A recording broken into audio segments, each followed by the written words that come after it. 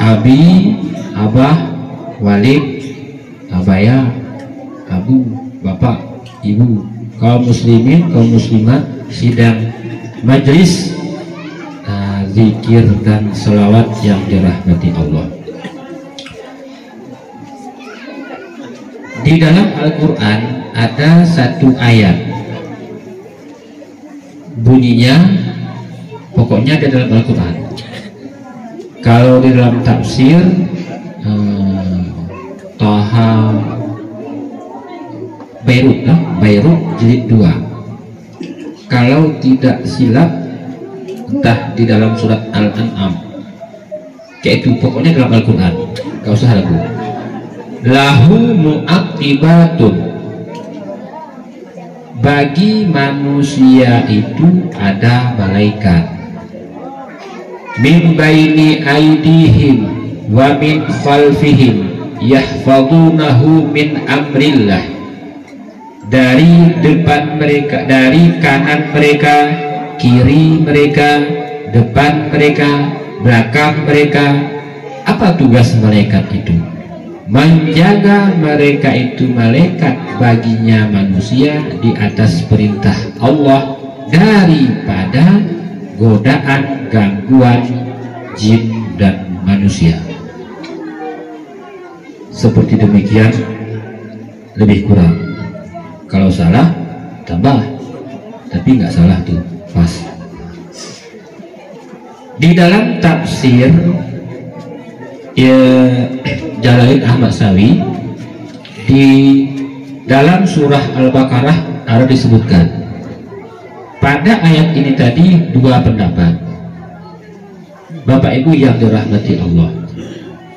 Satu pendapat, malaikat yang diutus oleh Allah kepada setiap manusia yang sudah akil balik. Satu pendapat 12, pendapat yang kedua 5, pendapat yang ketiga 20. Dari tiga pendapat ini yang kuat pendapat yang ketiga, berdasarkan yang genakal daripada hadis Imam Bukhari. Tapi kalau mau kita gabungkan pas lagi, apakah 12 atau 5 atau 20? Inti daripada tiga pendapat ini, Allah mengutus khusus malaikat-malaikat penjaga kepada setiap manusia yang sudah akil balik.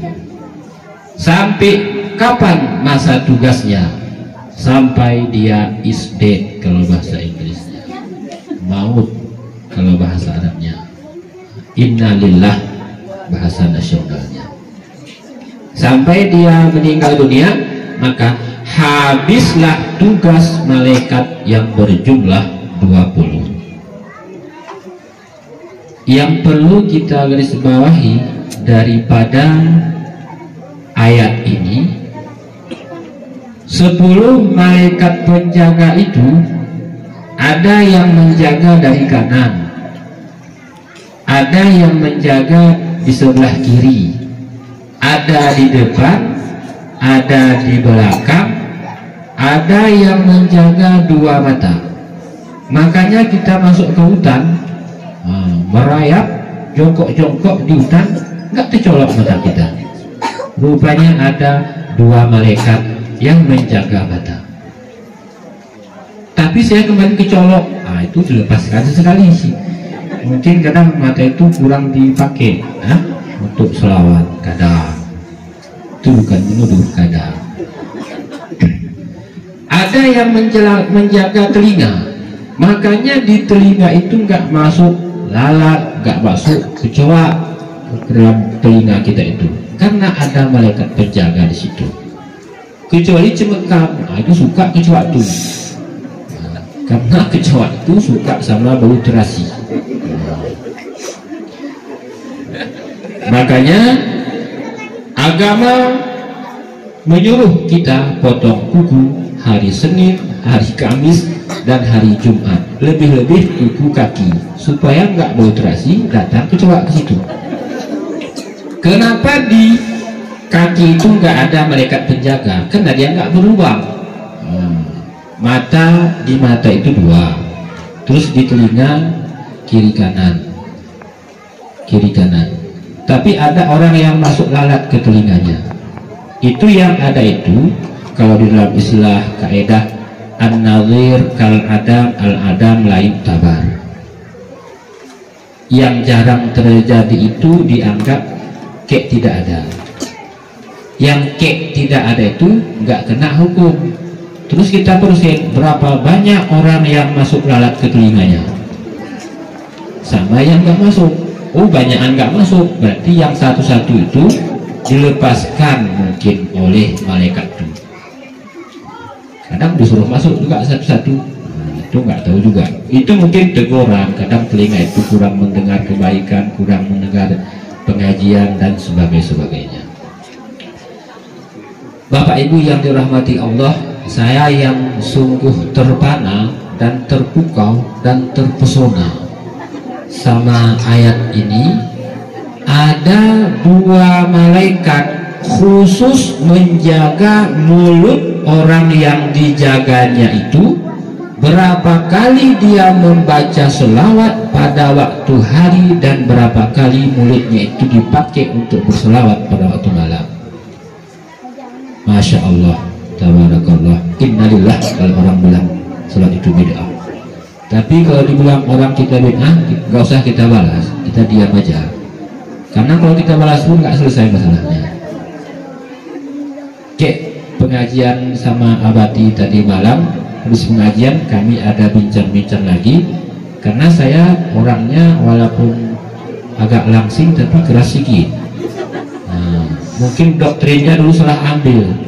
Kalau istilah berdebat itu jangankan kalah, seri pun nggak mau saya. Mesti menang. Rupanya itu tidak bisa juga kita selama-lamanya kayak itu. Karena di atas langit masih ada langit. Kalau kita berbangga diri dengan ilmu, lebih banyak ilmu iblis. Malaikat aja kalah sama iblis. Kalau kita merasa ibadah kita banyak, lebih banyak ibadahnya Syekh Barsisa. Khalidnya ada 70 tahun, kita 40 hari bah kelamaan. Apalagi dalam hal itu kadang asik cepit-cepit jerawat, lihat-lihat kulit dah putih. Kalau kita merasa makrifah kita tinggi,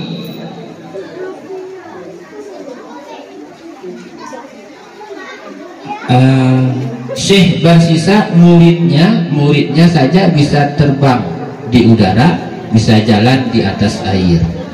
Muridnya saja seperti demikian, bagaimana gurunya? Tapi ujung-ujungnya dari yang tiga itu su'ul khatimah, na'udzubillah, summa na'udzubillah, besoh gede, uji'uh, be ke kandang gedanya. Artinya jangan kita berbangga diri dengan ilmu, jangan berbangga diri kita dengan ibadah, dan jangan berbangga diri kita dengan ma'rifah. Karena di atas langit masih ada langit.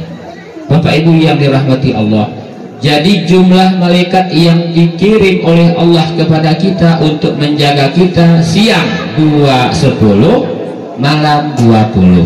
Ini selain malaikat Raqib dan Atid. Berarti kalau tambah itu 12 siang malaikat yang menjaga kita, 12 malam malaikat yang menjaga kita. 12 siang itu 2 malaikat khusus menjaga mulut kita berapa kali kita membaca selawat. 12 malaikat malam, 2 dari 12 itu khusus menjaga mulut kita berapa kali mulut itu kita pakai untuk membaca selawat. Maka oleh karena itu kita jangan takut. Mau pergi ke hutan, ke lembah, jangan takut. Untuk apa takut? 12 malaikat mengiringi kita. Walau apapun yang nampak, untuk apa takut? Malaikat ada sama kita. Terus kalau saya takut, lihat dulu nampak gak dia. Oh, nampak dia. Lari itu bukan takut, segan.